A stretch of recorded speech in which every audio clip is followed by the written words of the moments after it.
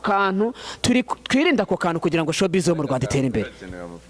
Akantu karakeneye kahembwa umushahara arawuguhaho ndagira ngo mbwire aka kanya ndahembwa na boss wanjye. Niba unywera so gashira mu kabari. Awunywera gute kandi aricyo cyamuzanye? Eke ni umunyamakuru arawunywera kandi niba uwo munyamakuru avuga agiye kunywera umushahara we yavuye kuri televiziyo akajya gutwara uwo munyamakuru niba yumva ko ashobora gutwara amafaranga y'umuhanzi ukizamuka yavuye mu itangazamakuru akajya kwikorera imizigo akamenya ko agomba kujya mu bakarani nk'abandi kandi ari umunebwe. Ni umunebwe ubwo bunebwe nagenda yicare mu rugo nyine amenye ko nareka kwitwa umunyamakuru akagusebya izina ry'itangazamakuru.